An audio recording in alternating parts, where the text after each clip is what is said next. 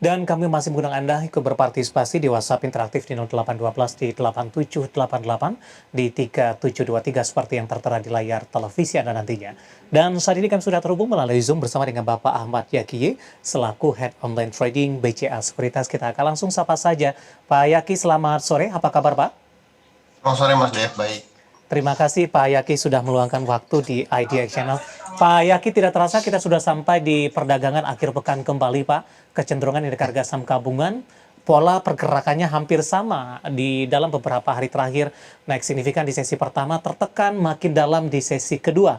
Range pergerakan juga di 68 hingga ke 69, dan 69 masih belum mampu dipertahankan sampai sejauh ini. Analisis Anda secara teknikal untuk pola pergerakan indeks harga saham gabungan. Ya, lihat pergerakan sebenarnya memang agak sideways ya minggu ini, mulai dari 30 Juni sampai hari ini, dan range-nya masih bergerak di range sempit di bawahnya di 6745, atasnya di 7024, di mana di area 6750 sampai 6790 cukup kuat untuk menahan ISG, dan area 6950-an sampai 69 sampai 6950-an cenderung koreksi lagi ya ISG-nya. Jadi masih berada di level yang sama ya. Tapi kalau kita lihat sebenarnya kalau terlihat pergerakan sejak 16 April ini masih dalam tren bullish ya, jadi masih menarik sih untuk ISG untuk hold atau buy on support sih. Support mungkin yang bisa diperhatikan Pak Yaki, kemudian kalau skenario-nya membaik, indeks harga saham gabungan untuk ke 7.000, resisten berapa yang harus ditembus terlebih dahulu? Ya, di area 69 sampai 6970-an itu kalau ISG-nya bisa break dan kuat, harusnya area 7.000 sampai 7.000 sampai 7.100 cukup menarik sih untuk target terdekat ISG. Cuma memang area di 6.900 sampai 6.970-an ISG beberapa kali sejak akhir pertengahan menjelang akhir Juni sampai hari ini masih gagal break sih. Untuk perdagangan di minggu depan, Pak, seperti apa proyeksi pergerakan indeks harga saham gabungan di tengah sentimen IPO jumbo dari beberapa emiten baru, Pak? Sebenarnya lebih sideways ya. Support memang kalau kita ambil agak dalam di 6745, kalau mau lebih dalam atau lebih worst case itu di 6440-an. Cuman saya masih cenderung optimis dengan target terdekat ISG di area 7.085 sampai 7.200 untuk di minggu depan ya. Karena memang selain tadi udah Mas Dev ceritakan ada IPO besar Ya. yang bisa jadi katalis untuk meramaikan lagi ISG, dan juga udah mulai masuk musim laporan keuangan ya, rilis kinerja. Jadi mendekati rilis kinerja, biasa saham-saham big cap dan big bank dapat katalis positif ya. Jadi harusnya ini bisa jadi menarik sih untuk akumulasi di minggu kemarin ketika koreksi. Karena minggu depan potensi untuk take profit ataupun swing trading sih menarik. Asing masih terus jualan, Pak Yaki. Dari pandangan Anda, apa yang menyebabkan kondisi ini kembali terjadi? Ya, kalau asing jual kan memang ada banyak hal ya, terutama dari terkait dengan konflik di geopolitik di Timur Tengah, terus juga ada kebijakan tarif dagang yang baru akan desain nanti malam kan di 4 Juli waktu US. Jadi memang asing juga masih melihat kebijakan apa yang diambil, terus juga masih melihat kebijakan The Fed suku bunganya kan seperti apa dan antisipasinya dari BI seperti apa, terus juga masalah terkait pergantian gubernur BI yang baru dilantik. Jadi memang banyak faktor sih kalau terkait kenapa asing masih foreign outflow. Cuma memang kalau dilihat dari data yang sekarang, target pemerintah untuk mengejar PDB di atas 5% masih agak berat ya, karena mereka masih ngerem belanja. Jadi nggak ada yang bisa buat booster ekonomi sih. Ini yang agak repot. Mungkin ini jadi salah satu pertimbangan dari asing masih belum net buy di kita. Baik, dengan posisi dari net sell asing, kemudian juga Anda katakan tadi perbankan ini sasaran dari net sell asing dalam beberapa hari terakhir nilai jualnya atau net sell-nya juga sudah cukup besar. Hari ini juga masih cenderung melemah meskipun pelemahan sudah mulai terbatas. Kemudian BBNI hari ini juga lebih cenderung bergerak di zona hijau sendirian. Bagaimana Anda melihat peluang dari saham-saham perbankan big cap ini di tengah tekanan dalam yang terjadi saat ini? Kemudian banyak juga yang memproyeksikan di kuartal kedua kecenderungan kinerja perbankan juga akan masih melambat, Pak Yaki. Ya, kalau memang melihat based on data 5 month 2025 ya, kinerjanya terutama di tiga big bank di Mandiri, BRI, dan BNI cenderung hanya BMRI yang masih lebih baik ya. Mantumannya masih tumbuh walaupun 5 month-nya cenderung flat ya year on year-nya. Cuman kalau kita dari BRI dan BNI ini cenderung justru negatif, yang mungkin ini menjadi kekhawatiran tersendiri. Cuman Kalau menurut saya sendiri sih ini justru menarik untuk akumulasi buy on support ya untuk Ya. ketiga saham big bank ini ya. Karena koreksi mereka ini kan masih dalam jangka pendek, kita belum tahu kebijakan pemerintah untuk ngebus di semester kedua seperti apa untuk bank-bank BUMN tersebut. Dan kalau kita lihat juga dari big banknya sendiri kayak BCA, bank swasta terbesar di Indonesia, ini juga masih growth masih cukup bagus di atas 15% untuk 5 month 2025 plus di mantumanya. Jadi masih menurut saya masih menarik di harga koreksi saat ini untuk akumulasi saham-saham big bank sih. Dan langsung saja pemirsa saya akan coba sampaikan 4 saham pilihan yang direkomendasikan. Di antaranya adalah dari energi ada AADI, lebih ke arah buy on breakout, perbankan big cap PBCA lebih ke arah trading buy, supportnya di 8350, resisten hingga 9150, Pegas juga trading buy pemirsa, supportnya di 1530, resistennya hingga ke 1670, dan Telkom juga trading buy, supportnya di 2550, resisten hingga ke 2810.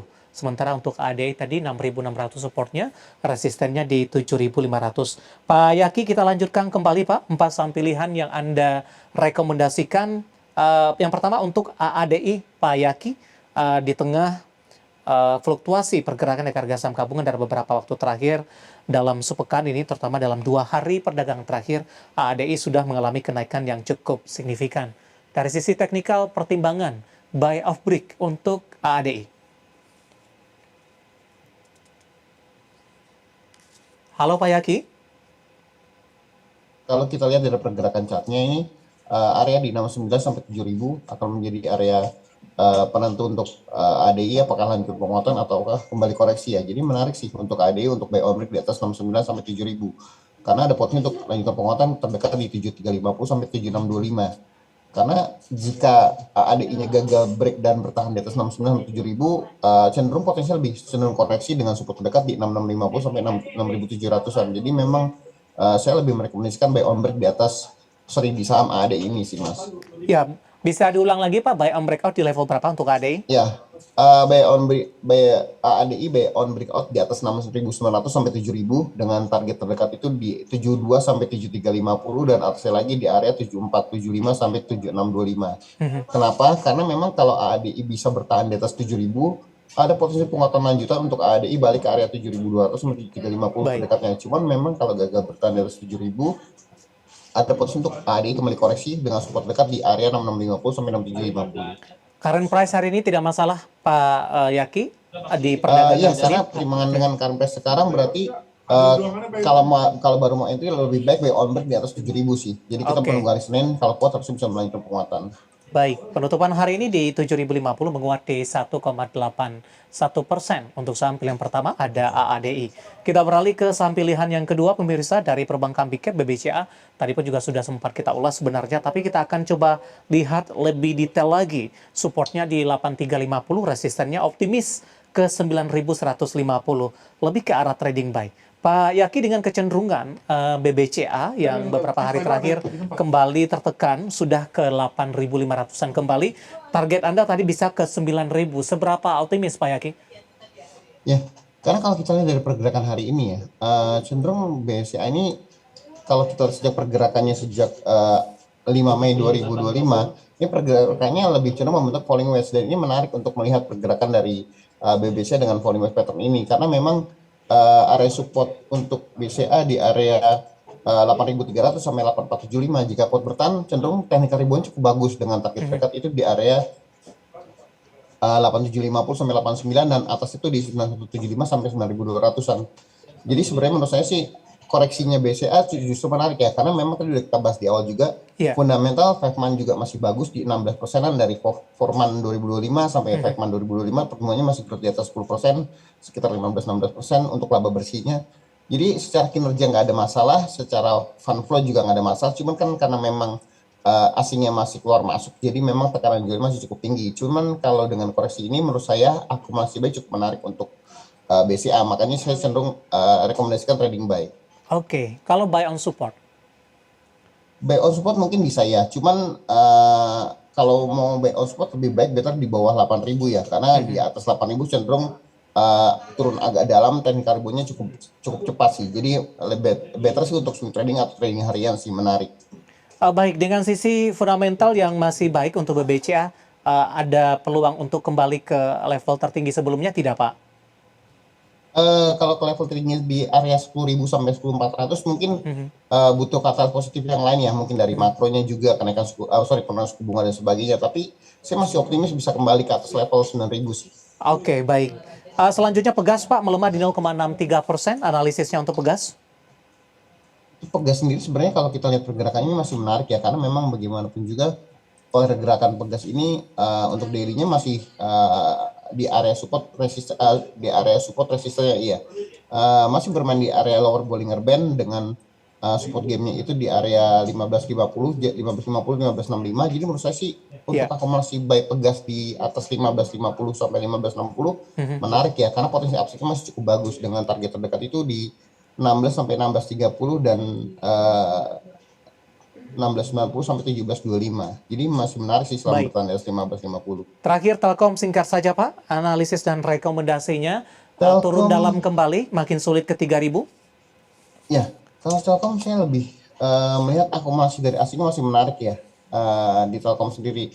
Karena kita lihat juga dari seminggu terakhir akumulasi buy dari asing cukup bagus di Telkom dan masih bermain di atas di atas lower Bollinger Band di area 25.50 sampai 25.60. Jadi bisa buy on support atau trading buy di atas 25.50, 25.60 sih.